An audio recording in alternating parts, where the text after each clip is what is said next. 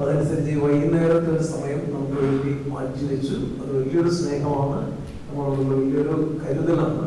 പ്രത്യേകിച്ച് ഇങ്ങനെയുള്ള കാര്യങ്ങളിൽ ഇന്ന് നമ്മളോട് സംസാരിച്ചതുപോലെ പ്രേക്ഷിത പ്രവർത്തനങ്ങളിലുള്ള വലിയ താല്പര്യം കൂടിയാണ്. അതുകൊണ്ട് ഞാൻ ആദ്യമേ ഈ ഒരു കാര്യം ഏറ്റെടുത്ത് നല്ല മനസ്സോടെ ഏറ്റെടുത്ത് ഇത്രയും ദൂരം യാത്ര ചെയ്ത് തിരക്കിനിടയിലും ഇവിടെ വന്ന്, പ്രത്യേകിച്ച് നമുക്കറിയാം വരാപ്പുഴ തിരുവല്ലയില് ധാരാളം തിരക്കാണ്. പ്രത്യേകിച്ച് അഭിനന്ദ ആർച്ച് എപ്പോൾ വലിയ പരിപാടികളൊന്നും അധികം എടുക്കുന്നില്ല. കാരണം അദ്ദേഹത്തിന് അല്പം വിശ്രമം കൂടി ഈ സമയത്ത് ആവശ്യമുള്ളത് കൊണ്ട് വളരെ കുറച്ച് പരിപാടികളാണ് പിതാവ് എടുക്കുക. ബാക്കി എല്ലായിടത്തും അതിന്റെ പിതാവാണ് ഓടി എത്തുന്നത്. അദ്ദേഹത്തിന് അതനുസരിച്ചുള്ള തിരക്ക് ഭയങ്കരമായിട്ടുണ്ട്.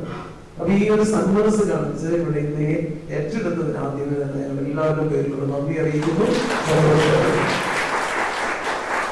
അതുപോലെ സംബന്ധിച്ച് വളരെയേറെ വലിയൊരു ഗിഫ്റ്റാണ് പാലക്കൽ പിതാവ്. കാരണം വിനയവും വിജ്ഞാനവും വിശുദ്ധിയുമുള്ള ഒരു പുരോഹിതനെയാണ് ദൈവം പരിശുദ്ധാത്മാവ് മെത്രാൻ പദവിയിലേക്ക് ഉയർത്തി വരാപ്പുഴ തിരുവല്ലയെ അനുഗ്രഹിച്ചത്. അദ്ദേഹത്തിന്റെ ലാളിത്യവും അദ്ദേഹത്തിന്റെ നിർമ്മലതയും ഒക്കെ ഞങ്ങൾ ഏറെ അനുഭവിച്ചറിഞ്ഞിട്ടുണ്ട്. പ്രത്യേകിച്ച് ഞങ്ങൾ ഒരുമിച്ച് പഠിച്ചതാണ്, ഒരു ബാച്ചിൽ വർഷങ്ങളോളം പഠിച്ചതാണ്. പണ്ട് മുതലേയുള്ള ആ ഒരു വാത്സല്യവും സ്നേഹവും, പ്രത്യേകിച്ച് അദ്ദേഹത്തിന്റെ മെത്രാൻ പദവിയെ കുറിച്ചുള്ള അറിയിപ്പ് അദ്ദേഹത്തിന് കിട്ടിയിട്ട് ആദ്യം ഞാൻ ഓർക്കുകയാണ്. ആദ്യം എന്നോട് പോലും പറയാതെ ഓടിച്ചെന്നത് എൻ്റെ അമ്മയുടെ അടുത്താണ്. അമ്മയുടെ അടുത്ത് ചെന്ന് അമ്മയോട് പ്രാർത്ഥിച്ചു. അമ്മയോട് കൂടെ ഇരുന്ന് പ്രാർത്ഥിച്ചു. അമ്മയുടെ അനുഗ്രഹം വാങ്ങിയിട്ടാണ് അദ്ദേഹം ആ പദവിയിലേക്ക് കടന്നു വന്നത്. അദ്ദേഹത്തിന്റെ വലിയ മനസ്സ് ചെറുപ്പം മുതൽ എൻ്റെ അമ്മയൊക്കെ വളരെ കുഞ്ഞില് മുതൽ അറിയാം. ഞങ്ങൾ പഠിച്ചുകൊണ്ടിരിക്കുന്ന കാലം മുതൽ അറിയാം. എൻ്റെ അപ്പച്ചൻ മരിച്ചപ്പോൾ ഞാൻ ഓർക്കുകയാണ്, എന്നെ ഏറ്റവും കൂടുതൽ എൻ്റെ ഒപ്പം നടന്നത്, മരിച്ചത് ഞങ്ങളുടെ സമയത്ത് മൈനസിനായി പഠിക്കുമ്പോൾ ഒപ്പം നടന്ന് താങ്ങി നടത്തിയത് പിതാവാണ്. ഞാൻ ഇപ്പോൾ ഓർക്കുന്നു. കർത്തയുടെ വിടവുകൾ വരെ എൻ്റെ പള്ളി വീട്ടിൽ നിന്ന്. അപ്പൊ അങ്ങനെ വലിയ ഒരു കരുതലും താങ്ങും എല്ലായ്പ്പോഴും വൈദികർക്ക് നൽകുന്ന പിതാവിന്റെ വാത്സല്യത്തിന് സ്നേഹത്തിനൊക്കെ ഞങ്ങൾ നന്ദി പറഞ്ഞുകൊണ്ട് സ്നേഹപൂർവ്വം ഞങ്ങൾക്ക് സമയം കളയാതെ ഞങ്ങൾ ഈ ഒരു ചെറിയ പരിപാടിയിലേക്ക്, ചെറുതെന്ന് പറഞ്ഞാൽ വലിയ പരിപാടിയാണ് സത്യത്തില്.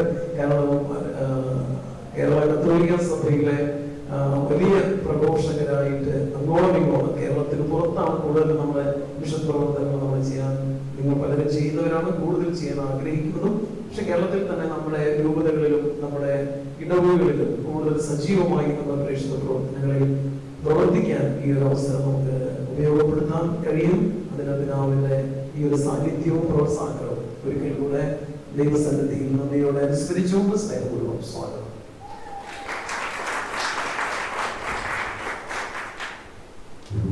സ്റ്റാൻലിയച്ചൻ പറഞ്ഞ വാക്കുകൾക്ക് നന്ദി. ഈ ഞങ്ങളുടെ ബാച്ചിൽ പഠിക്കാൻ കഴിവുള്ളവരും ബുദ്ധിശക്തിയുള്ളവരും വേറെ കുറേ പേരൊക്കെ ഉണ്ടായിരുന്നു. സ്റ്റാൻലിയച്ചനൊക്കെ ആയിരുന്നു ബൈബിളും അതൊക്കെ ഉള്ളത്. പക്ഷേ വെറുതെ ഇരുന്ന് എന്നെ പിടിച്ച് പെണ്ണ് കെട്ടിച്ചതുപോലെ ആയിപ്പോ എൻ്റെ. പിന്നെ ഉത്തരവാദിത്തം ഏൽപ്പിച്ചു കഴിഞ്ഞപ്പോൾ എന്തെങ്കിലും പോയി ചെയ്യേണ്ടി വരുമല്ലോ. അപ്പം അതിൻ്റെ കൂടെ അങ്ങനെ ചെയ്യണമെന്ന് മാത്രമേ ഉള്ളൂ. ഏതായാലും ക്ലാസ് എടുക്കുന്നതിനൊക്കെ ഉപരി ഇപ്രകാരം പ്രേക്ഷിത തീഷ്ണതയുള്ള നിങ്ങളെ കാണുന്നതിനുള്ള സന്തോഷം കാണാൻ വേണ്ടിയിട്ടാണ് ഞാൻ വന്നത്. വലിയ ക്ലാസ് എന്നതിനേക്കാൾ ഉപരിയായിട്ട് നിങ്ങളെ കാണുമ്പോൾ തന്നെ നമുക്കൊരു ഊർജ്ജമാണ്. അപ്പം അതുതന്നെയാണ് ഇതിൻ്റെ ഏറ്റവും പ്രധാനപ്പെട്ട ഘടകമെന്ന് ഞാൻ വിശ്വസിക്കുകയാണ്. എനിക്ക് പരിചയമുള്ള നിരവധി മുഖങ്ങൾ ഇവിടെയുണ്ട്. എൻ്റെ ക്ലാസ് കേട്ട് ഉറങ്ങിയിട്ടുള്ളവരൊക്കെ ഉണ്ടാകും. അപ്പോൾ ഏതായാലും അവർക്ക് ആ ഒരു ഓർമ്മ പുതുക്കാനായിട്ടുള്ള അവസരമായിട്ട് ഈ ക്ലാസ്സിനെ കരുതിയാൽ മതി. ഞാൻ ഇന്ന് നിങ്ങളോട് സംസാരിക്കാൻ ആഗ്രഹിക്കുന്നത് ക്രൈസ്തവ ജീവിതം, പ്രത്യാശയുടെ ജീവിതം എന്നതിനെ കുറിച്ചാണ്. ക്രൈസ്തവ ജീവിതം, പ്രത്യാശയുടെ ജീവിതം. ഈ വർഷം നമുക്കറിയാം ജൂബിലി വർഷമാണ് അല്ലേ? ജൂബിലി വർഷത്തിൽ എന്തുകൊണ്ടാണ് പരിശുദ്ധ പാപ്പ പ്രത്യാശ എന്ന ഒരു കാര്യത്തെ കൂടുതൽ സ്ട്രെസ് ചെയ്തത് എന്ന് പലപ്പോഴും പലരും പാപ്പയോട് ചോദിക്കുകയുണ്ടായി. ഞാനും ചിന്തിക്കും, എന്തുകൊണ്ട് ഈ പ്രത്യാശ എന്നൊരു കാര്യം എടുത്തു വെച്ച് ഒരു ജൂബിലി അതിനു വേണ്ടിയിട്ട് ഡെഡിക്കേറ്റ് ചെയ്തത് എന്ന്. കാരണം നമുക്കറിയാം, ഒരു ദിവസം പത്രങ്ങൾ എടുക്കുമ്പോൾ നമ്മൾ ഈ ലോകത്തിൻ്റെ പോക്ക് കാണും, നമ്മളാകെ നടുങ്ങിപ്പോകും. വൈദികരായി ഞങ്ങൾ ഒരു കർത്താവെ കുറെ കഴിഞ്ഞ് ആളുകൾ വിശ്വാസം ഉണ്ടാകുന്നു. കാരണം പലപ്പോഴും കഴിഞ്ഞ ദിവസം എൻ്റെ പക്കൽ ഒപ്പിടാൻ വേണ്ടി ഒരു കാര്യം ഞങ്ങൾ നിലയിൽ കൊണ്ടുവന്നപ്പോൾ അതിൽ കുറേ കേസുകൾ മുഴുവനും ഈ നമ്മുടെ ഇതിലെ ഹൈന്ദവന് കല്യാണം കഴിക്കുന്നു, നമ്മുടെ മക്കൾ മറ്റവരെ കൊണ്ടുവരുന്നു, അങ്ങനെയുള്ള രീതിയിലുള്ള ഡിസ്പാരിറ്റി ഓഫ് കൾട്ടിൻ്റെതായിട്ടുള്ള ഇതാണ്. ഇതൊക്കെ കാണുമ്പോൾ നമ്മൾ ആദ്യം നടുങ്ങിപ്പോകും. കർത്താവ് ഇതൊക്കെ ഇങ്ങനെയൊക്കെ പോയി കഴിഞ്ഞാൽ എവിടെയായിരിക്കും ചെന്ന് ചേരുക? അല്ലെങ്കിൽ പത്രത്തിൽ വായിക്കുകയാണ്, കുഞ്ഞിനെ എടുത്ത് അമ്മ വെള്ളത്തിലിട്ടു, അമ്മ കിണറ്റിലിട്ടു അല്ലേ, എന്താണ് ഭർത്താവ് ഭാര്യയും മക്കളെയും കുന്നു പൊഴിച്ചു മൂടി എന്നൊക്കെ വായിക്കുമ്പോൾ നമുക്ക് ആകെ പേടിയാകും. എങ്ങനെ അങ്ങോട്ടേക്കാണ് ലോകം ഈ പോകുന്നത് എന്ന്. അവിടെ പരിശുദ്ധ ഫ്രാൻസിസ് പാപ്പ പറയുകയാണ്, നിങ്ങൾ പ്രത്യാശയുള്ളവരായിരിക്കും എന്ന്. പരിശുദ്ധ പാപ്പ വളരെ മനോഹരമായിട്ടുള്ളൊരു ആത്മകഥ എഴുതുകയുണ്ടായി. അതിന് കൊടുത്ത പേര് ഹോപ്പ് എന്നുള്ളതാണ്. കാരണം അദ്ദേഹത്തിൻ്റെ വീക്ഷണത്തിൽ ക്രൈസ്തവ ജീവിതം എന്ന് പറഞ്ഞാൽ, കത്തോലിക്ക ജീവിതം എന്ന് പറഞ്ഞാൽ ആത്യന്തികമായി പ്രത്യാശയുടെ ജീവിതമാണ്. ക്രൈസ്തവ ജീവിതം ആത്യന്തികമായി പ്രത്യാശയുടെ ജീവിതമാണ്. ക്രൈസ്തവ ജീവിതത്തിൻ്റെ അന്തർധാരയായിട്ട് ഉയർത്തി കാണിക്കാവുന്ന ഒരു പ്രത്യേകതയാണ്, ക്രൈസ്തവരുടെ സവിശേഷതയാണ് ഈ പ്രത്യാശ എന്ന പുണ്യത്തെക്കുറിച്ച്. എന്താണ് പ്രത്യാശ എന്നതിനെക്കുറിച്ച് ചിന്തിക്കുമ്പോൾ നമുക്കിപ്രകാരം പ്രത്യാശയെക്കുറിച്ച് പറയാൻ സാധിക്കും. നിത്യസത്യങ്ങളുമായി നമ്മുടെ ജീവിതത്തെ ബന്ധപ്പെടുത്തി കാണുന്നതാണ് പ്രത്യാശ. അല്ലെങ്കിൽ നമുക്ക് ഇംഗ്ലീഷിൽ പ്രകാരം പറയാൻ പറ്റും, hope explains human existence in the name of the ultimate reality. Ultimate ആയിട്ടുള്ള റിയാലിറ്റിയുമായി അല്ലെങ്കിൽ ദൈവവുമായി നമ്മുടെ ജീവിതത്തെ ബന്ധപ്പെടുത്തി ചിന്തിക്കുന്നതിന് പറയാവുന്ന പേരാണ് പ്രത്യാശ. നമ്മുടെ ജീവിതത്തെ ദൈവവുമായി ബന്ധപ്പെടുത്തി നാം ചിന്തിക്കുന്നതാണ് ആത്യന്തികമായി പ്രത്യാശ എന്ന് പറയുന്നത്. ഈ പോപ്പ് ഫ്രാൻസിസ് തൻ്റെ ഹോപ്പ് എന്ന പുസ്തകത്തിൽ വളരെ വ്യക്തമായിട്ട് പറയുന്നുണ്ട്. പലപ്പോഴും പ്രത്യാശ എന്ന പുണ്യത്തെക്കുറിച്ച് കേൾക്കുമ്പോൾ ഒരു ഒപ്റ്റിമിസം അല്ലെങ്കിൽ ഒരു കാര്യങ്ങളെ ക്രിയാത്മകം ഒരു പോസിറ്റീവായി കാണുന്ന രീതിയായിട്ട് പലപ്പോഴും ഈ ഹോപ്പ് എന്ന വാക്കിനെക്കുറിച്ച്, പ്രത്യാശ എന്ന വാക്കിനെക്കുറിച്ച് നമ്മൾ ചിന്തിക്കാനായിട്ടിടയുണ്ട്. എന്നാൽ ഈ ഒപ്റ്റിമിസം നല്ലതാണ്. ഒപ്റ്റിമിസം അല്ലെങ്കിൽ പ്രത്യാശ അല്ലെങ്കിൽ നമുക്ക് കാര്യങ്ങൾ ക്രിയാത്മകമായിട്ട് അല്ലെങ്കിൽ പോസിറ്റീവായിട്ട് കാണുന്നത് നല്ലതാണ്. എന്നാൽ അതല്ല. കാരണം ഹോപ്പ് എന്ന് വെച്ചാൽ ഞാൻ പറഞ്ഞു, ദൈവവുമായിട്ട് നമ്മുടെ ജീവിതത്തെ ബന്ധപ്പെടുത്തി നമ്മൾ മനസ്സിലാക്കുന്നു. അപ്പം അതുകൊണ്ട് നമ്മുടെ ദൈവം അവനിൽ തന്നെ ഡിനൈ ചെയ്യാൻ പറ്റാത്തവനാണ്, അവനിൽ തന്നെ സത്യമാണ്. ഈ സത്യമായ ദൈവത്തിലാണ് നമ്മൾ വിശ്വസിക്കുന്നത് കൊണ്ട് അവനിൽ വിശ്വസിക്കുന്ന ഒരു വ്യക്തിക്ക് ഒരുവൻ്റെ ജീവിതത്തിൽ ലഭിക്കുന്ന പ്രത്യാശ വെറും ഒരു ഈ പോസിറ്റീവായിട്ടുള്ള ചിന്തയാണെന്ന് എല്ലാം നന്നായിക്കൊള്ളുന്ന പോസിറ്റീവായിട്ടുള്ള ചിന്തയാണെന്ന് പറയരുത്. അതിനേക്കാൾ ഉപരിയാണ്. കാരണം ഹോപ്പ് നമ്മുടെ ഈ തെറ്റാത്ത ഒരു തരത്തിലുള്ള പോസിറ്റീവായ ചിന്തയാണ് നമ്മെ സംബന്ധിച്ചിടത്തോളം പ്രത്യാശ. ഒരിക്കലും മറിച്ച് സംഭവിക്കുകയില്ല. കാരണം ദൈവവിശ്വാസം നമുക്ക് നൽകുന്ന ഉറപ്പ്, ആ ഉറപ്പിൻ്റെ വെളിച്ചത്തിൽ കാര്യങ്ങൾ ദൈവവചനത്തിനനുസരിച്ച് മാത്രമേ മുൻപോട്ട് പോകൂ എന്നുള്ള ഒരു ഉറച്ച ബോധ്യമാണ് ഹോപ്പ്. അല്ലാണ്ട് വെറുതെ ഒരു പ്രത്യാശ അല്ലെങ്കിൽ ഒരു പോസിറ്റീവായിട്ടുള്ള ഒരു ഒപ്റ്റിമിസം അല്ല എന്ന് പാപ്പ തൻ്റെ ഹോപ്പ് എന്ന പുസ്തകത്തിൽ പറയുന്നുണ്ട്.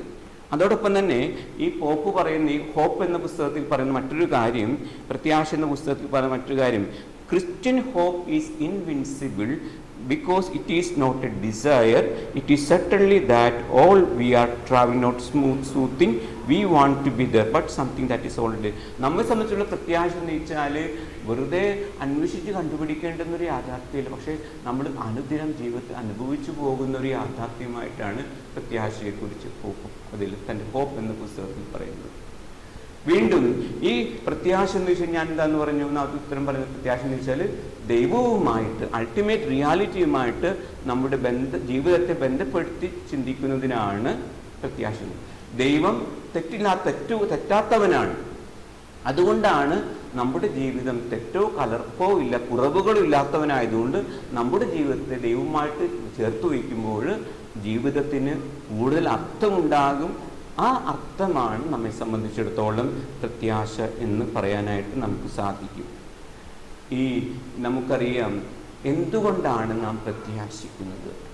ഐറേനീസ് എന്ന് പറയുന്ന ഒരു സഭാപിതാവിൻ്റെ വളരെ മനോഹരമായിട്ടുള്ള ഒരു തിയോളജിക്കൽ വാക്കുണ്ട്. അതിന് പറയുന്ന പേരാണ് റീക്യാപിറ്റലൈസേഷൻ. റീക്യാപിറ്റലൈസ് നിങ്ങൾ കേട്ടിട്ടുണ്ടാവും അല്ലേ?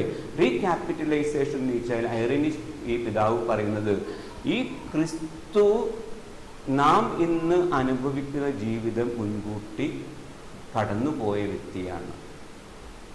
അല്ലെങ്കിൽ ക്രിസ്തു നമ്മുടെ കർത്താവ്, അല്ലെങ്കിൽ നമ്മുടെ ഈ കർത്താവിൻ്റെ ജീവിതം നമുക്കറിയാം, ആദത്തിൻ്റെയും ഹവ്വായുടെയും ജീവിതത്തിൽ അവർ അനുഭവിച്ച ജീവിതത്തെ മുൻകൂട്ടി അനുഭവിച്ചവനാണ് ക്രിസ്തു. അല്ലെങ്കിൽ പുറപ്പാട് സംഭവങ്ങൾ മുൻകൂട്ടി വ്യക്തി ജീവിതത്തിൽ അനുഭവിച്ച വ്യക്തിയാണ് ആര്? ക്രിസ്തു. അതുകൊണ്ട് നമ്മുടെ ജീവിതത്തിന് പ്രത്യാശയ്ക്ക് കാരണം ക്രിസ്തുവാണ്. ക്രിസ്തു നമ്മുടെ ജീവിതത്തിൽ നാം അനുഭവിക്കാവുന്ന ഈ എല്ലാ ബുദ്ധിമുട്ടുകളിലൂടെയും കടന്നുപോയി നമ്മുടെ ബുദ്ധിമുട്ടുകളെ മറികടക്കുന്ന ഒരു കൃപയിലേക്ക് തൻ്റെ ജീവിതം വഴിയായി നമ്മളെ ഉയർത്തിയെടുത്തു, പാപത്തിൽ നിന്ന് മനുഷ്യരെ ഉയർത്തിയെടുത്തു എന്നുള്ളതാണ് പ്രത്യാശയുടെ ആദ്യ കാരണം. അപ്പോൾ നമുക്കറിയാം, ഈശോ നമ്മൾ ആദത്തെയും ഹവ്വായും കാണുന്നത് എവിടെയാണ്? ഏദൻ തോട്ടത്തിൽ അല്ലേ? ഏദൻ തോട്ടത്തിലാണ് ആദത്തെയും ഹവ്വായും. ഏദൻ തോട്ടത്തിൽ വെച്ച് അവരെന്ത് ചെയ്തു? അവര് പാമ്പ് പറയുന്നത് കേട്ട് അനുസരിച്ച് ദൈവത്തിൻ്റെ കൽപ്പന നിരസിച്ചു. എന്നാൽ പുതിയ നിയമത്തിലും നമ്മൾ കാണുന്നുണ്ട് രണ്ട് തോട്ടം. ഏതൊക്കെയാണ് പുതിയ നിയമത്തിൽ കാണുന്നത്? ക്രിസ്തുമായി ജീവിതവുമായി ബന്ധപ്പെട്ടുള്ള രണ്ട് തോട്ടങ്ങൾ ഏതൊക്കെയാണ്? ഒന്ന്, ഗത്സെമനിൽ പ്രാർത്ഥിക്കുന്നു. ഈ ഗത്സെമനിൽ പ്രാർത്ഥിക്കുമ്പോൾ ഈശോ ധാരാളമായ ടെൻഷനിലൂടെ കടന്നു പോവുകയാണ്. എന്നാൽ ഈശോ എന്താണ് ചെയ്യുന്നത്? അവിടെ പിശാച് പരിഷ്ഠിക്കാൻ വന്നു അല്ലേ? ഇത് വളരെ ക്ലേശകരമാണ് നിന്റെ നീ ജീവിതത്തിൽ സ്വീകരിക്കാൻ പോകുന്നത്. അവരെ അപകടം പിടിച്ചൊരു കാര്യമാണ്. പക്ഷെ ഈശോ എന്ത് ചെയ്തു? പിതാവേ, എൻ്റെ ഇഷ്ടമല്ല അങ്ങയുടെ ഇഷ്ടം നിറവേറ്റിയിട്ടെന്ന് പറഞ്ഞിട്ട് പിതാവിൻ്റെ ഹിതത്തോട് അനുസരിച്ചു. അപ്പോൾ ആദം ഹവ്വായി അവിടെ എന്താണ് ചെയ്തത്? ഏദൻ തോട്ടത്തിൽ അനുസരണ. പക്ഷേ യേശു എന്ത് ചെയ്തു? ഈ അനുസരണത്തിലൂടെ കർത്താവ് ഈ ആദവും ഹവ്വായും ജീവിതത്തിൽ വരുത്തിയ കുറവുകൾക്ക് സ്വജീവിതത്തിലൂടെ കർത്താവ് പരിഹാരം അനുഷ്ഠിച്ചു. വീണ്ടും ആദവും ഹവ്വായും പാപം ചെയ്യുക വഴിയായിട്ട് ഒരു നശ്വരതയും ആത്മീയമായ മരണവും ഏദൻ തോട്ടത്തിൽ വെച്ച് സ്വീകരിക്കുകയാണ്. എന്നാൽ കർത്താവിൻ്റെ കബറുടെ എവിടെയായിരുന്നു? കർത്താവിൻ്റെ അടക്കിയത് എവിടെയാണ്? കല്ലറ എവിടെയായിരുന്നു? ഒരു തോട്ടത്തിലായിരുന്നു അല്ലേ? ആ തോട്ടത്തിൽ വെച്ച് കർത്താവ് എന്ത് ചെയ്തു? മരണത്തിൽ നിന്ന് നിത്യജീവനിലേക്ക് ഉയർത്തെഴുന്നേറ്റുകൊണ്ട് ഈശോ ആദത്തിൻ്റെയും ഹവ്വായുടെയും ജീവിതത്തിൽ സംഭവിച്ച ആത്മീയമായ മരണത്തിന് പരിഹാരം ചെയ്തു. അപ്പോൾ ആദത്തിന് കടന്നു പോകേണ്ടിയിരുന്ന എല്ലാ കാര്യങ്ങളും കർത്താവ് ജീവിതത്തിൽ കടന്നുപോയിക്കൊണ്ട് ഈശോ ആദത്തെയും ഹവ്വായുടെയും വീഴ്ചയ്ക്ക് പരിഹാരം അനുഷ്ഠിക്കുകയാണ്. വീണ്ടും പുറപ്പാട് പുസ്തകത്തിൽ യേശുനാഥൻ അവർ പുറപ്പാട് ജനത മരുഭൂമിയിലൂടെ കടന്നു പോകുന്നുണ്ട്. ഈശോയ്ക്ക് മരുഭൂമിയിലൂടെ കടന്നു പോകേണ്ടതായിട്ട് വരുന്നുണ്ട്. ഈശോ ഈജിപ്തിലാകുന്നുണ്ട് അല്ലേ? ഈശോയുടെ നമ്മൾ ഈ ദിവസങ്ങൾക്ക് വായിക്കുന്ന ഈശോ ഈജിപ്തിൽ സംഭവിക്കുന്നത്. വീണ്ടും അതോടൊപ്പം തന്നെ ഈശോയുടെ ജനനത്തിൽ നമ്മൾ കാണുന്ന മറ്റൊരു കാര്യമാണ് ഈശോയുടെ ജനിക്കുന്ന ഈജിപ്തിലേക്ക് പോകേണ്ടതായിട്ട് വന്നു. അതോടൊപ്പം തന്നെ ഈശോയുടെ ഈ ഈജിപ്റ്റ് വാസത്തിനോടൊപ്പം തന്നെ ഈശോയുടെ ഈ മരണത്തോടൊപ്പം തന്നെ കുറേ കുട്ടികൾ വധിക്കപ്പെടുന്ന സാഹചര്യം അതെവിടെ കാണുന്നുണ്ട്? പുറപ്പാട് അനുഭവത്തിലും പുറപ്പാട് ഈജിപ്തിൽ വെച്ച് ആദിജാതന്മാരെ കൊല്ലുന്നത് കാണുന്നുണ്ട്. പിന്നെ അതോടൊപ്പം തന്നെ റാമായിലെ വിലാപം എന്ന് പറഞ്ഞുകൊണ്ട് ബാബിലോണിയൻ ജനത അനുഭവിക്കുന്ന, ബാബിലോണിലേക്ക് ആളുകളെ പിടിച്ചുകൊണ്ട് പോകുമ്പോൾ ഒരു ഹബ്ബായിരുന്ന ബാബിലോണിൽ ധാരാളം ബുദ്ധിമുട്ടുകൾ അവർ അനുഭവിച്ചിരുന്നു. അങ്ങനെ അവിടെ വെച്ച് അവർ അടിമകളായി പോകുന്ന സാഹചര്യത്തിൽ കരഞ്ഞു വിളിക്കുന്നുണ്ട് അവരെല്ലാവരും, കാരണം അവരെ അടിമത്തത്തിലേക്ക് കൊണ്ടുപോകാൻ പോകുന്നു. അപ്പോൾ ആ റാമായിലെ വിലാപം പോലെയുള്ള ഒരു അനുഭവവും ഈശോയുടെ ജനനത്തിൽ ഉണ്ടാകുന്നുണ്ട്. മനസ്സിലായില്ലേ? അതായത് ഈശോ ഇസ്രായേൽ ജനം കടന്നു പോകുന്ന ക്ലേശങ്ങളിലൂടെയും ആ ബുദ്ധിമുട്ടുകളിലൂടെയും മരുഭൂമി അനുഭവത്തിലൂടെയും ആര് കടന്നു പോകുന്നു? നമ്മൾ. എന്തു വേണ്ടിയിട്ടാണ്? അവര് അവിടെ ആ മരുഭൂമി അനുഭവത്തിൽ പലപ്പോഴും ദൈവത്തോട് അവിശ്വസ്തരായിരുന്നു. എന്നാൽ ദൈവം കർത്താവ് തൻ്റെ വിശ്വസ്തത വഴിയായിട്ട് ഈ യഹൂദ ജനത ചെയ്തു കൂട്ടിയ തിന്മയ്ക്ക് പരിഹാരം ചെയ്യുന്നു. അതുപോലെ തന്നെ നമുക്കറിയാം, നമ്മൾ ഓരോരുത്തരും ജനിച്ചിട്ട്, ഞാൻ 57 വയസ്സായി. എൻ്റെ 57 വയസ്സ് വരെയുള്ള ജീവിതത്തിൽ ധാരാളം വീഴ്ചകൾ ഉണ്ടായിട്ടുണ്ട്. അപ്പോൾ ആ വീഴ്ചകൾക്ക് ആര് പരിഹാരം ചെയ്യുന്നു? തൻ്റെ ജീവിതത്തിലെ നിത്യമായ നന്മ വഴിയായി, വിശുദ്ധ ബലിയർപ്പണം വഴിയായിട്ട്, ത്യാഗം വഴിയായിട്ട് ആര് പരിഹാരം ചെയ്യുന്നു? ക്രിസ്തു. അങ്ങനെ ക്രിസ്തു പരിഹാരം ചെയ്തു എന്നുള്ളതാണ് നമ്മുടെ പ്രത്യാശയ്ക്ക് ഒന്നാമത്തെ കാരണം. അതുകൊണ്ട് ഞാൻ വിശ്വസിക്കുകയാണ്, തീർച്ചയാണ് എൻ്റെ ബലഹീനത എനിക്കുണ്ട്, പക്ഷെങ്കിലും എൻ്റെ ബലഹീനതയ്ക്ക് ക്രിസ്തുനാഥൻ പരിഹാരം ചെയ്ത് എന്നെ മാമോദീസായിലൂടെ തൻ്റെ ദൈവമകനായി തിരഞ്ഞെടുക്കയിൽ ഞാൻ ഒരിക്കലും നശിച്ചു പോകേണ്ടവനല്ല. ധാരാളം ക്ലേശങ്ങളുടെയും മരണത്തിൻ്റെയും സാഹചര്യങ്ങളിലൂടെ കടന്നു പോയാലും എൻ്റെ ജീവിതം കർത്താവ് നൽകിയ വാഗ്ദാനങ്ങളിൽ വിശ്വസിക്കുന്ന ജീവിതമായതുകൊണ്ട് അത് കർത്താവിൻ്റെ മഹത്വം കാണാൻ കർത്താവിന് ചേർക്കും എന്നുള്ള ആദ്യം ബോധ്യം എനിക്കുണ്ടാകുകയാണ്. അങ്ങനെ നമ്മുടെ ജീവിതത്തെ എന്തിലേക്ക് ചേർത്ത് വയ്ക്കുമ്പോഴേക്കാണ്? ദൈവത്തിലേക്ക് ചേർത്ത് വയ്ക്കുന്നു. അങ്ങനെയാണ് ക്രൈസ്തവരായ നമുക്ക് ഓരോരുത്തർക്കും എന്തുണ്ടാകുന്നത്? പ്രത്യാശ ജനിക്കുന്നത്. മനസ്സിലായില്ല? അപ്പോൾ നമുക്ക് കുറവുകളുണ്ടെങ്കിലും നമ്മൾ നമ്മളിലേക്കല്ല ശ്രദ്ധിക്കുന്നത്. ആരിലേക്കാണ് ശ്രദ്ധിക്കുന്നത്? ദൈവത്തിലേക്ക്. ആ ദൈവത്തിൻ്റെ അമൂല്യമായ പീഡാസഹരണ മരണ ഉയർപ്പിലൂടെ നാം ഓരോരുത്തരും രക്ഷിക്കപ്പെട്ടു. ആ രക്ഷ നൽകുന്ന കൃപ നമുക്ക് രക്ഷപ്പെടാമെന്നുള്ള ഉറപ്പ് നമുക്ക് നൽകുന്നു. അതാണ് നമ്മുടെ പ്രത്യാശയ്ക്ക് അടിസ്ഥാനമായി നിൽക്കുന്നത്. മനസ്സിലായില്ലേ? അപ്പോൾ ദൈവത്തോട് നമ്മുടെ ജീവിതം ചേർത്ത് വയ്ക്കുമ്പോൾ നമുക്ക് എന്ത് കിട്ടുന്നത്? പ്രത്യാശ ഉണ്ടാകും. പ്രത്യാശയ്ക്ക് 2 വിപരീതങ്ങളുണ്ട് എന്ന് വിശുദ്ധ അഗസ്റ്റിൻ പറയും. ഒന്നാമത്തേതാണ് നിരാശ എന്ന് പറയുന്ന കാര്യം. പ്രത്യാശയ്ക്ക് 2 തരത്തിലുള്ള ഒരു എതിർപ്പുകളുണ്ട്, തിന്മകളുണ്ട്, എതിരായിട്ടുള്ളത്. ഒന്നാമത്തെ ഡെസ്പെയർ അഥവാ നിരാശ. എന്താണ് ഈ പ്രത്യാശയ്ക്കെതിരായിട്ടുള്ള നിരാശ? പ്രത്യാശയ്ക്ക് നമ്മൾ നിരാശ എന്ന് പറയാറുണ്ട് അല്ലേ? അത് നമുക്ക് ഇപ്രകാരമാണ് ഈ പാപത്തെ കാണാനായിട്ട് സാധിക്കുക. നമുക്കറിയാം, ദൈവം വെളിപ്പെടുത്തുന്ന കാര്യങ്ങൾ ഒന്നും നടക്കാൻ പോകുന്നില്ല എന്നുള്ളതാണ് നിരാശ. ഇപ്പം സാധാരണ നമുക്ക് അറിയാം, സാധാരണ നിരാശയുണ്ട്. ആ നിരാശ എന്ന് വെച്ചാൽ നമ്മളിങ്ങോട്ട് പോരാൻ വേണ്ടി ബസ് കയറി, ബസ് എന്ത് ചെയ്തു? വിട്ടുപോയി. അപ്പം നമ്മൾ എന്ത് ചെയ്യും? വേറെ എന്തെങ്കിലും മാർഗം കണ്ടുപിടിക്കും. അപ്പോൾ ഒരു നിരാശ ഉണ്ടാകും. ആ നിരാശയുടെ പ്രത്യേകത എന്താണ്? അതൊരു കാലികമായ നിരാശയാണ്. കുറച്ച് കഴിയുമ്പോൾ അത് മാറിപ്പോകും. നമുക്കറിയാം, ചിലപ്പോൾ തോൽവി സംഭവിക്കുന്നു, പക്ഷെ രണ്ടാമത് ജയിക്കുമ്പോഴേക്കും നമുക്ക് പഠിച്ചു തോൽവി. അപ്പം അതൊക്കെ കാലികം. ആ നിരാശയെക്കുറിച്ചല്ല ഇവിടെ പറയുന്നത്. എന്നാൽ ദൈവം വെളിപ്പെടുത്തിയിട്ടുള്ള സത്യങ്ങളുണ്ട്. ആ സത്യങ്ങളൊന്നും നടക്കാൻ പോകുന്നില്ല. അതാരും നമ്മളോട് പറയണതാണ്? പിശാച് പറയുന്നത്. ഇപ്പം നമുക്കറിയാം, സ്വർഗം ഒന്നിച്ചൊരു യാഥാർത്ഥ്യമില്ല. അല്ലെങ്കിൽ ഇപ്പോൾ സയൻസിൻ്റെ വെളിച്ചത്തിൽ ആളുകളൊക്കെ പഠിപ്പിക്കുന്നത് അതൊക്കെയാണ് അല്ലേ? ഈ ജീവിതം കഴിഞ്ഞാൽ എല്ലാം കഴിഞ്ഞു. നേരെ മറിച്ച് കർത്താവ് സ്വർഗത്തെക്കുറിച്ചും പുനരുജ്ജീവനെക്കുറിച്ചും ഒക്കെ പറയുന്നുണ്ട്. അതൊന്നും ഇല്ല. അതൊക്കെ വെറുതെ അച്ഛന്മാരും അല്ലെങ്കിൽ സിസ്റ്റർമാരും ഒക്കെ പഠിപ്പിക്കുന്നതിന് വേണ്ടിയിട്ട് അവർക്ക് 4 പൈസ ഉണ്ടാക്കാനെന്ന് പറയുന്നത് അതെന്താണത്? പരിശുദ്ധാത്മാവിനെതിരായ പാപമാണ്. അത് ആണ് പ്രത്യാശയെ ഹനിക്കുന്ന നിരാശ എന്ന് പറയുന്നത്. ഈ നിരാശയിൽ പെടുന്നത് ആരാണ്? നമ്മൾ നിരാശയിൽപ്പെടുത്തുന്നത് പിശാച. അപ്പൊ അത് ആണ് അത്തരത്തിലുള്ള നിരാശ. തീർച്ചയായിട്ടും കാലികമായ നിരാശയാണെങ്കിൽ അത് കുറച്ച് കഴിയുമ്പോൾ നമുക്ക് മറികടക്കാൻ പറ്റും. ഈ അത്തരത്തിലുള്ള നിരാശ ദൈവികമായ സത്യങ്ങൾ വെളിപ്പെടുത്തുന്ന ഒന്നും നടക്കാൻ പോകുന്നില്ല, സ്വർഗം എന്ന് പറയുന്ന യാഥാർത്ഥ്യമില്ല, അല്ലെങ്കിൽ നിത്യജീവനില്ല എന്നൊക്കെ നമ്മൾ ആഗ്രഹിക്കാൻ ഇടവന്നാൽ എന്ത് പറ്റും? നമ്മുടെ ജീവിതം അത് നമ്മൾ തിന്മയിലേക്ക് കൊണ്ടുപോകാൻ, പിശാച് നമ്മളെ തിന്മയിലേക്ക് കൊണ്ടുപോകാനായിട്ട് നമുക്ക് വയ്ക്കുന്ന കെണിയാണ്. അപ്പോൾ അതാണ് നിരാശ എന്ന് പറയുന്ന ഒരു പാപം നമ്മിൽ പ്രത്യാശയ്ക്കെതിരായിട്ട് വരാനായിട്ട് സാധിക്കുന്നത്.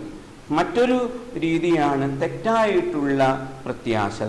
പോസിറ്റീവായിട്ട് തെറ്റായ, ഇപ്പം നമ്മൾ ഒന്നും ചെയ്ത്, ഇപ്പോൾ പലരും പറയും, ഇപ്പോൾ ദൈവസ്നേഹത്തെക്കുറിച്ച് പല ക്ലാസ്സുകളും നമ്മൾ കേൾക്കുന്ന കാലം പലപ്പോഴും മനസ്സിലാക്കണേ, ദൈവം കാരുണ്യവാനാണ്, ക്ഷമിക്കുന്നത്, അതുകൊണ്ട് നമ്മൾ എന്ത് ചെയ്താലും കുഴപ്പമില്ല, ദൈവം ക്ഷമിക്കും. അത് ഒരു തരത്തിൽ പറഞ്ഞാൽ തെറ്റായിട്ടുള്ള പ്രത്യാശയാണ്. നമ്മൾ എന്ത് ചെയ്താലും കുഴപ്പമില്ല, ദൈവം അങ്ങ് ക്ഷമിച്ചുള്ളൂ. അത് പിശാച് തന്നെ പഠിപ്പിക്കുന്ന മറ്റൊരു കാര്യമാണ്. അപ്പം അതുകൊണ്ട് നമുക്ക് സ്വർഗത്തിലേക്ക് പോകണമെങ്കിൽ വിശുദ്ധിയുള്ളവർക്ക് മാത്രമേ സ്വർഗത്തിൽ പോകാൻ പറ്റുള്ളൂ. എന്തെങ്കിലും പാപക്കറകളുണ്ടെങ്കിൽ ഈ നമ്മൾ ശുദ്ധീകരണ സ്ഥലത്ത് ആ കറകൾ പോലും നമ്മൾ പരിഹരിക്കേണ്ടതായിട്ട് വരും. പക്ഷേ അതൊന്നും ഇല്ലെങ്കിൽ കുഴപ്പമില്ല, കർത്താവ് കാരുണ്യവാനും ക്ഷമിക്കുന്നവനാണ്, നമുക്ക് അവസാന നിമിഷം മതി എന്ന് പറഞ്ഞാൽ ചിലപ്പോൾ അതിനുള്ള അവസരം നമുക്ക് ലഭിക്കണമെന്നും ഇല്ല. അവസാനം വരെ പാപം ചെയ്ത് അവസാനം രക്ഷപ്പെടാന്ന് പറഞ്ഞാൽ, അപ്പോൾ അതും പ്രത്യാശയ്ക്കെതിരായിട്ടുള്ള പ്രവൃത്തിയാണ്.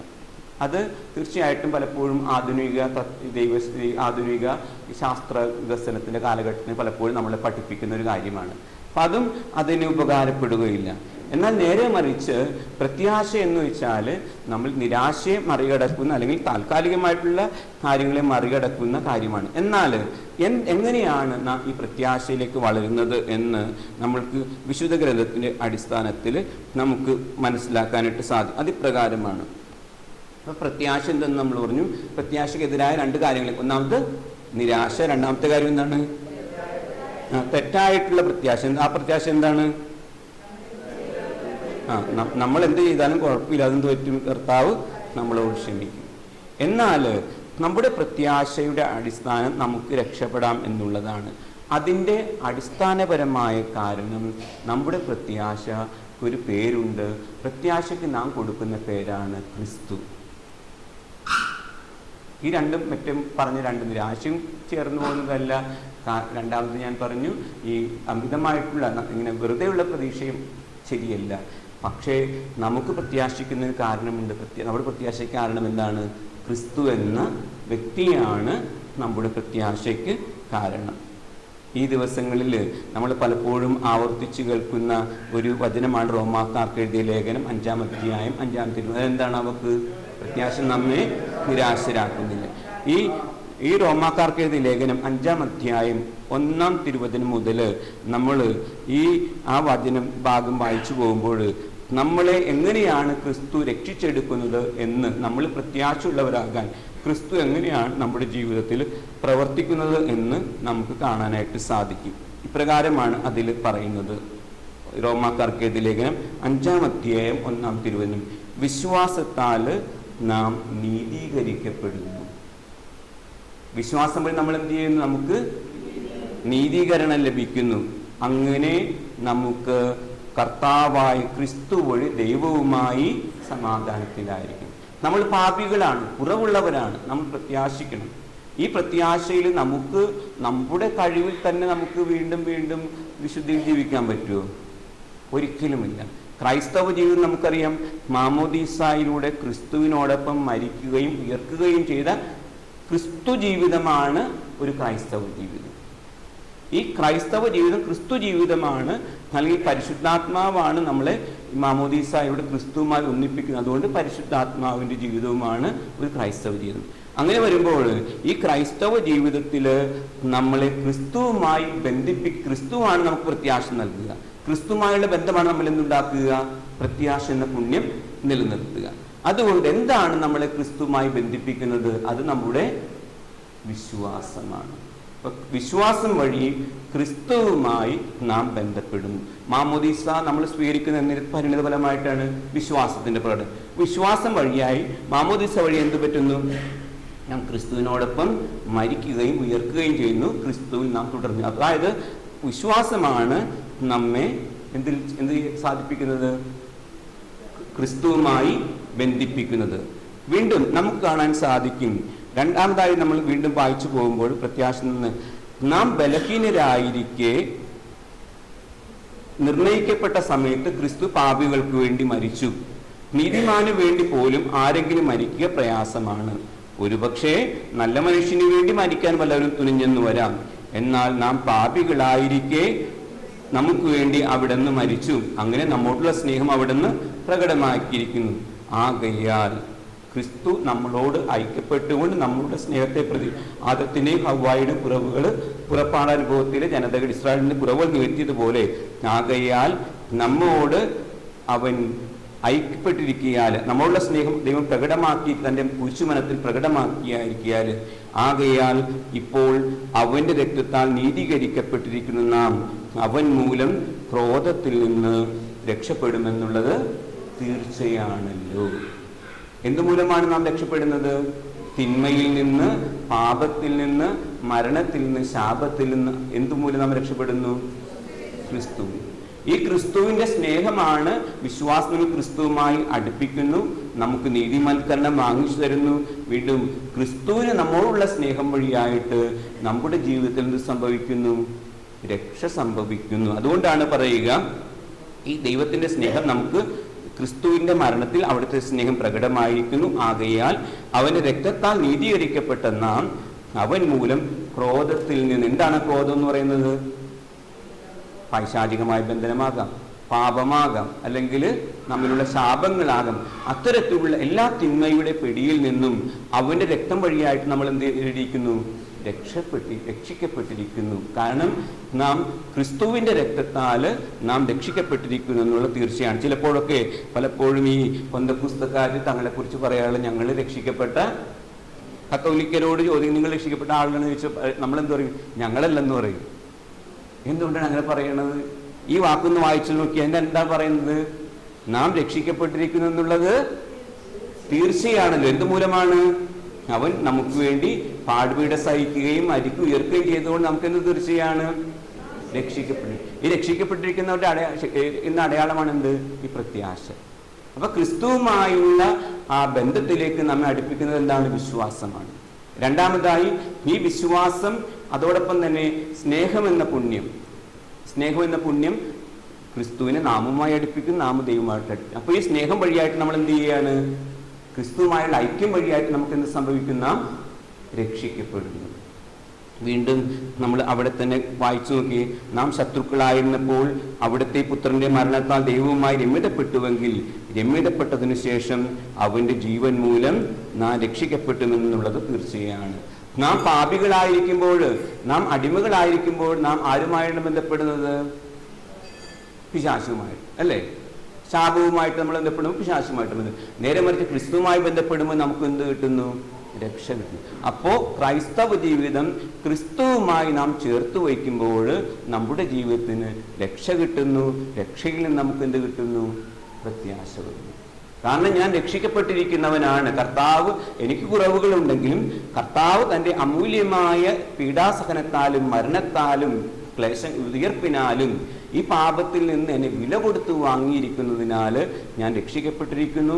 ഞാൻ എൻ്റെ വിശ്വാസം വഴിയായി ക്രിസ്തുവുമായി ഐക്യപ്പെട്ടുള്ള ഒരു ജീവിതം ആരംഭിക്കുന്നു. സ്നേഹം വഴിയായി അവിടെ നിന്ന് എൻ്റെ കുറവുകൾ മറന്ന് എന്നെ സ്നേഹിക്കുകയും ഞാൻ അവനെ സ്നേഹിക്കുക വഴിയായിട്ട് ഐക്യപ്പെടുകയും ചെയ്യുന്നു. പ്രത്യാശയോടുകൂടി നമ്മുടെ ജീവിതം കരുത്തോടുകൂടി മുന്നോട്ട് നയിക്കാൻ നമ്മൾ പ്രാപ്തരാകുകയും ചെയ്യും. അപ്പോൾ നമ്മുടെ പ്രത്യാശയുടെ കാരണം എന്താണ്? ക്രിസ്തുവുമായുള്ള നമ്മുടെ അടുപ്പമാണ്. മനസ്സിലേ? അപ്പൊ ക്രിസ്തുവുമായി അടുപ്പമുള്ള ഒരു വ്യക്തിക്ക് അവൻ രക്ഷിക്കപ്പെട്ടിരിക്കുന്നവനാണ് ഉത്തമമായ ബോധ്യവുമുണ്ട്. ആ ബോധ്യത്തിൽ പ്രത്യാശയോടുകൂടി മുൻപോട്ട് പോകാനുള്ള കരുത്തും നമുക്ക് ലഭിക്കുകയും ചെയ്യും. ഇനി കുറച്ച് രണ്ട് കാര്യങ്ങൾ നിങ്ങളോട് പറയാനുള്ളത് ഇതാണ്. ഈ എങ്ങനെയാണ് നമുക്ക് പ്രത്യാശയിൽ വളരാൻ സാധിക്കുന്ന ഒന്ന് രണ്ട് കാര്യങ്ങളെ കുറിച്ചുകൂടി സൂചിപ്പിക്കുകയാണ്. പ്രത്യാശയിൽ വളരാനായിട്ട് നമ്മെ സഹായിക്കുന്ന ഒന്നാമത്തെ കാര്യമാണ് വിശുദ്ധ ഗ്രന്ഥ വായന. വിശുദ്ധ ഗ്രന്ഥ വായനയിൽ നമ്മൾ ഇന്ന് കേട്ടതുപോലെ എന്താണ് കാണുന്നത്? വാഗ്ദാനങ്ങളിൽ വിശ്വസ്തനായൊരു ദൈവത്തെയാണ് നമ്മൾ കാണുന്നത്. നമ്മുടെ ജീവിതം എത്ര വർഷം ഉണ്ടാകും? കൂടിയാൽ 80, 90, 100 വർഷം. എന്നാൽ വിശുദ്ധ ഗ്രന്ഥത്തിൽ നമ്മൾ കടന്നു പോകുമ്പോൾ എത്രയോ വർഷങ്ങളുടെ ജീവിതമാണ് കാണുന്നത്. 2000, 2010 കുറേ ആളുകൾ അവിടെ നമ്മൾ കണ്ടുമുട്ടുന്നുണ്ട് അല്ലേ? അബ്രഹാത്തെ കാണുന്നുണ്ട്, മോശയെ കാണുന്നുണ്ട്. അവരുടെ കഥ നമ്മൾ എന്താ പഠിപ്പിക്കുന്നത്? അവർക്ക് ബുദ്ധിമുട്ടും ക്ലേശങ്ങളും ഉണ്ടായി, പക്ഷെ അവർ ദൈവത്തിൽ ആശ്രയിച്ചു, ദൈവത്തിൽ പ്രത്യാശ വെച്ച് അവരെന്തിൽ വന്നു? അവരൊക്കെ രക്ഷപ്പെട്ടു. അവരൊക്കെ ജീവിതം ദൈവാനുഗ്രഹമായിട്ട് പരിണമിക്കുകയാണ് കാണുന്നത് ഇല്ലേ? അതുകൊണ്ട് വിശുദ്ധ ഗ്രന്ഥത്തിൽ നമ്മുടെ കൊച്ചു ജീവിതം വിശുദ്ധ ഗ്രന്ഥത്തിൽ നാം കാണുന്ന ഒരു വലിയ ജീവിതവുമായി താരതമ്യപ്പെടുത്തി നമുക്ക് നോക്കുമ്പോൾ നമുക്ക് എന്ത് കിട്ടുന്നു? അപ്പോൾ ധാരാളം ആളുകളുടെ, നമ്മളെ പോലെയുള്ളവരുടെ ജീവിതമുണ്ട്, നമ്മളെക്കാൾ ബലഹീനരായിട്ടുള്ള ജീവിതമുണ്ട് അല്ലേ? അപ്പം ആ അപ്രകാരമുള്ള ജീവിതം ദൈവത്തിലേക്ക് കടന്നു വന്നപ്പോൾ അവർക്കൊക്കെ എന്ത് കിട്ടി? രക്ഷ ലഭിച്ചു. അവരൊക്കെ സൗഖ്യം പ്രാപിച്ചു, അവർക്ക് ജീവിതത്തിൽ വിജയിച്ചു, അനുഗ്രഹം നേടി ഇല്ലേ? അതുപോലെ നമ്മുടെ ജീവിതവും വിശുദ്ധ ഗ്രന്ഥത്തിലെ ആ വലിയ ജീവിതവുമായിട്ട് ചേർത്ത് വെച്ച് നമ്മൾ പഠിക്കുമ്പോൾ നമുക്ക് വിശുദ്ധ ഗ്രന്ഥ വായന വഴിയായിട്ട് നമുക്ക് എന്ത് ലഭിക്കും? നമുക്ക് ഈ പ്രത്യാശ നമുക്ക് ലഭിക്കും, രക്ഷയുടെ ജീവിത അനുഭവം ഉണ്ടാകും. അതുകൊണ്ട് വിശുദ്ധ ഗ്രന്ഥ വായനയാണ് നമുക്ക് നൽകാവുന്ന ഒന്നാമത്തെ മാർഗം. അതുകൊണ്ട് വിശുദ്ധ ഗ്രന്ഥം ആവർത്തിച്ച് നാം വായിക്കുമ്പോൾ പ്രത്യാശ നമുക്ക്. അടുത്തിടയ്ക്കാണ് നമ്മൾ ദമീമ എന്നൊരു പെൺകുട്ടിയുടെ ഒരു സംഭവം ഈ യൂട്യൂബിലൊക്കെ കേട്ടത്. നിങ്ങൾ കേട്ട് കാണും അല്ലേ? ആ ദമീമ ഈ ഒരു ക്രിക്കറ്റിൽ ജയിക്കുക, പ്രത്യേകിച്ച് സെമി ഫൈനലൊക്കെ നിൽക്കുക എന്നുള്ളൊരു ടെൻഷൻ പിടിച്ചൊരു കാര്യമാണ്. ആ അവസരത്തിൽ ദമീമ എന്താണ് ചെയ്തത്? പുറപ്പാട് 14 എന്താണ് 14 ശാന്തമായി കർത്താവ് നിനക്ക് വേണ്ടിയിട്ട്. അപ്പോൾ ഈ വാക്ക് എന്ത് നൽകി അവൾക്ക്? പ്രത്യാശയും ഒരു ധൈര്യവും ഒക്കെ നൽകി ഇല്ലേ? അതുകൊണ്ട് ആ തിരുവചനങ്ങൾ നമ്മൾ നമ്മുടെ കുടുംബത്തിലായാലും നമ്മുടെ സമൂഹ ജീവിതത്തിലായാലും ആവർത്തിച്ച് വായിച്ചു കൊണ്ടിരുന്നാൽ നമുക്ക് എന്ത് ലഭിക്കും? നമുക്ക്. കാരണം അവിടെ കാണുന്ന ജീവിതമൊക്കെ വെറുതെ ഈ ക്ലേശങ്ങളിലൂടെ പോകുന്ന ജീവിതമുണ്ട് അല്ലേ? തീർച്ചയായിട്ടും എല്ലാവരുടെയും അബ്രഹാത്തിന്റെ ജീവിതം ഒക്കെ ധാരാളം ബുദ്ധിമുട്ടുകളിലൂടെ കടന്നു പോകുമ്പോഴും ആത്യന്തികമായി അവർക്ക് രക്ഷയും അതോടൊപ്പം തന്നെ അവരുടെ ജീവിതം സന്തോഷത്തിൽ പരിണമിക്കുന്നതായിട്ടാണ് നാം കാണുന്നത്. അതുകൊണ്ട് ഒന്നാമത്തെ കാര്യമാണ് നമ്മൾ ചെയ്യേണ്ടുന്നത് വിശുദ്ധ ഗ്രന്ഥ വായന നമ്മെ സഹായിക്കും. രണ്ടാമത്തെ ഒരു കാര്യം നമ്മെ സംബന്ധിച്ചിടത്തോളം ഈ ദിവ്യകാരുണ്യമാണ്, ദിവ്യകാരുണ്യ ബന്ധം. നമുക്കറിയാം ദിവ്യകാരുണ്യത്തിൽ നമ്മൾ അനുദിനം ഈശോയെ സ്വീകരിക്കാറുണ്ട്. ദിവ്യകാരുണ്യം സ്വീകരിക്കുമ്പോൾ ആരാണ് നമ്മിലേക്ക് കടന്നു വരുന്നത്? ഈശോ മാത്രമാണ് കടന്നു വരുന്നത്? ഈശോ പരിശുദ്ധാത്മാവ് പരിശുദ്ധാത്മ മാത്രമാണോ? പിതാവായ ദൈവമുണ്ട്, അവർ മാത്രമാണോ വരണത്? നമ്മുടെ ഉള്ളിലേക്ക് അവർ വരുന്നെങ്കിൽ അവർ നമ്മുടെ ചാരത്ത് ദിവ്യകാരുണ്യങ്ങളുടെ ചാരത്ത് ആരുണ്ടാകും? മാതാവ് മാത്രമാണ് ഉണ്ടാകുന്നത്, വിശുദ്ധരുണ്ടാകും.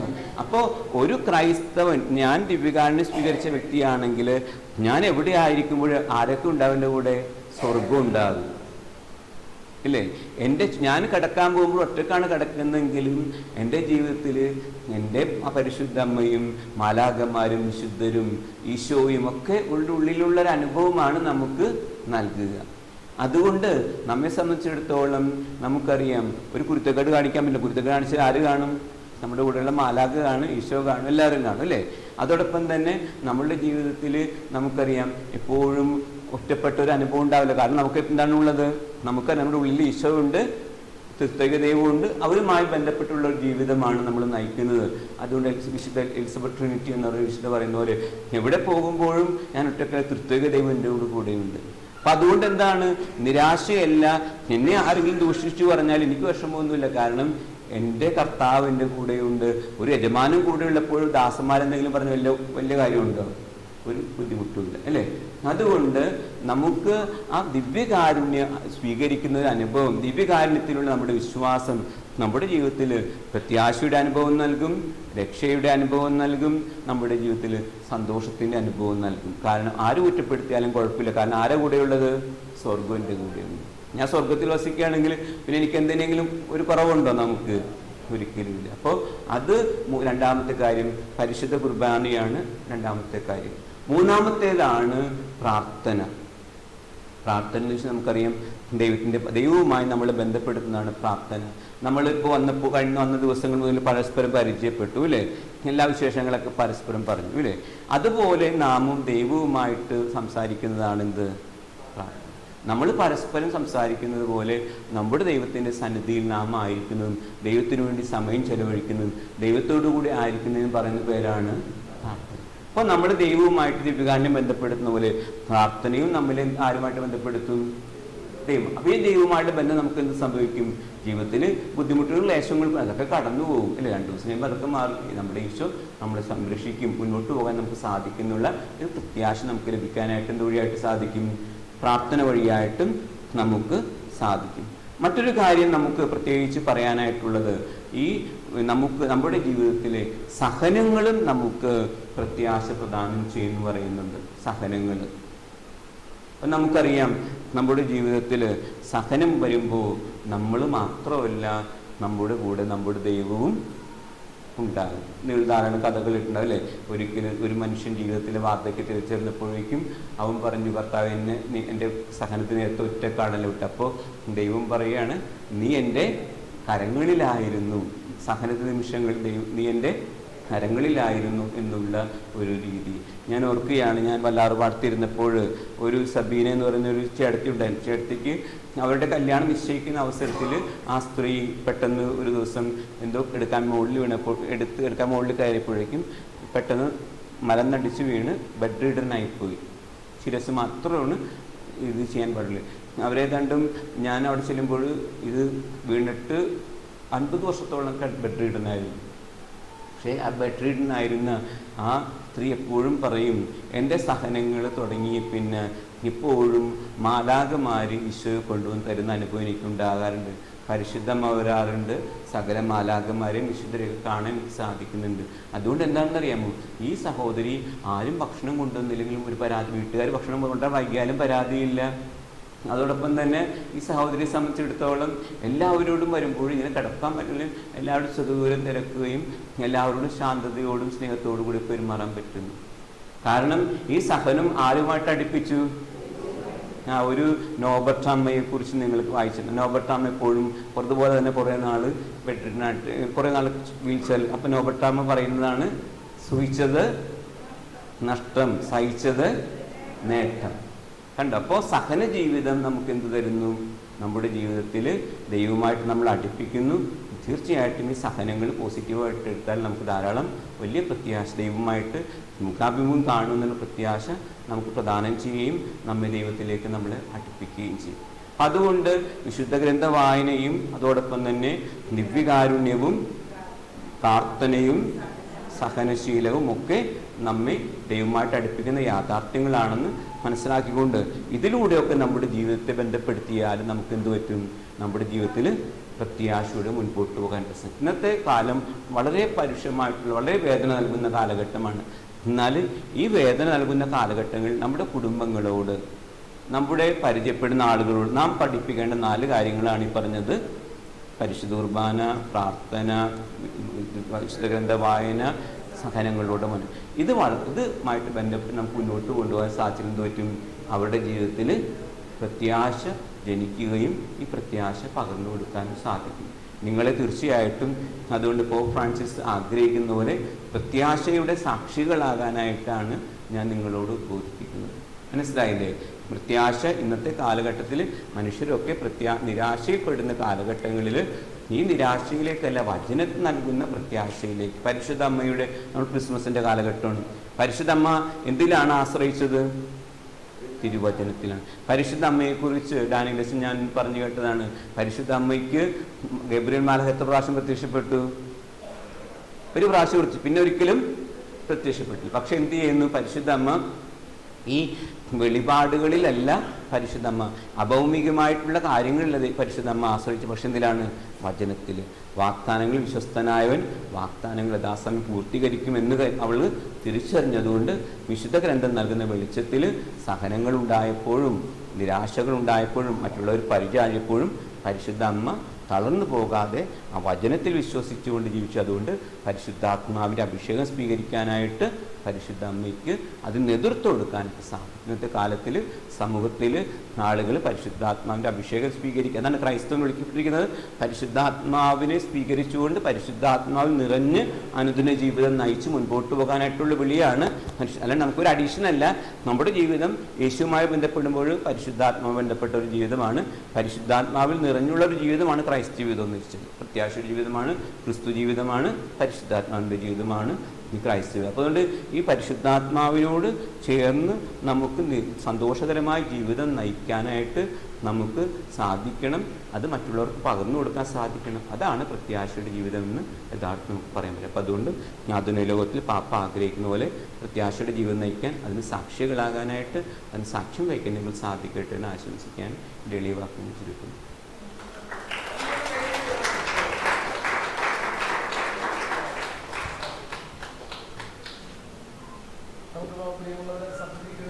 സമയമാണ്.